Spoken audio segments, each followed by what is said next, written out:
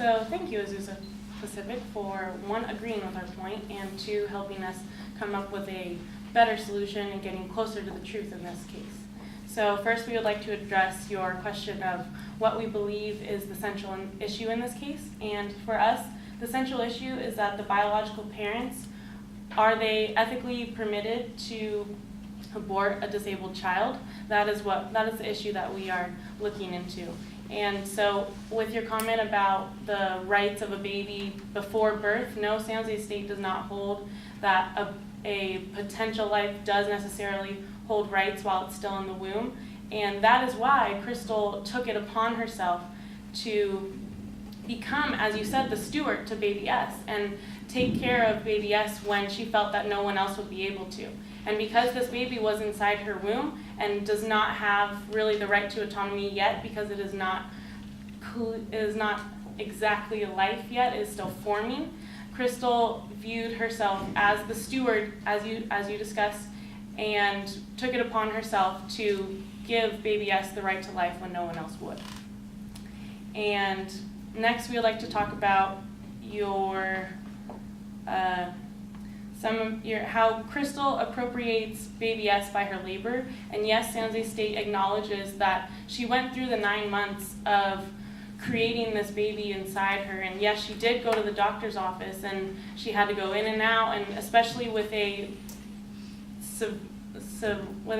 baby that was going to be abnormal, there were probably extra needs that Crystal needed to go through. And so yes, her labor does completely justify her becoming the steward for baby S and taking control in this situation.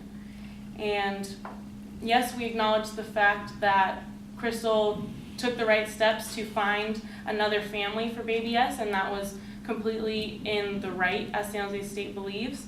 And we would like to also add to your point that the biological parents of baby S, well, the father is obviously his sperm, however, it was found out that an egg was donated, not the mother's egg. So the parents still go to see baby S, and they have held her, and they get sent pictures of her by the current parents who took in baby S along with the other adoptive disabled children that they have. And so we would like to acknowledge those parents for taking on baby S and accepting Crystal's proposal to give this child that, of course, Crystal could not handle, having her 2 kids, being a single mother. So we definitely want to acknowledge that, and we appreciate you bringing that to our attention so we can more fully talk about it.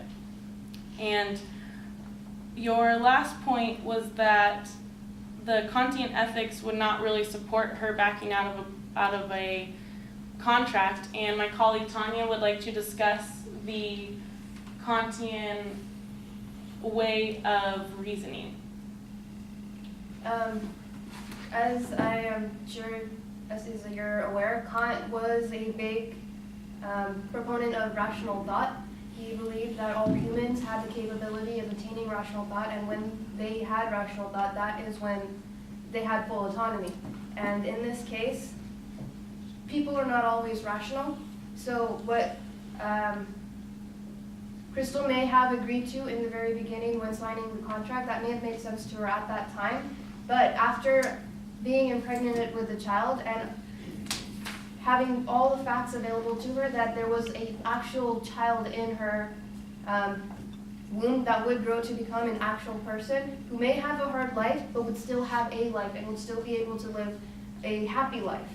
With these facts in mind, with these extra facts in mind that she didn't have before, this new data, she was able to exercise her rationality and ability to change her mind, and by doing so, she exercised her autonomy in a Kantian way.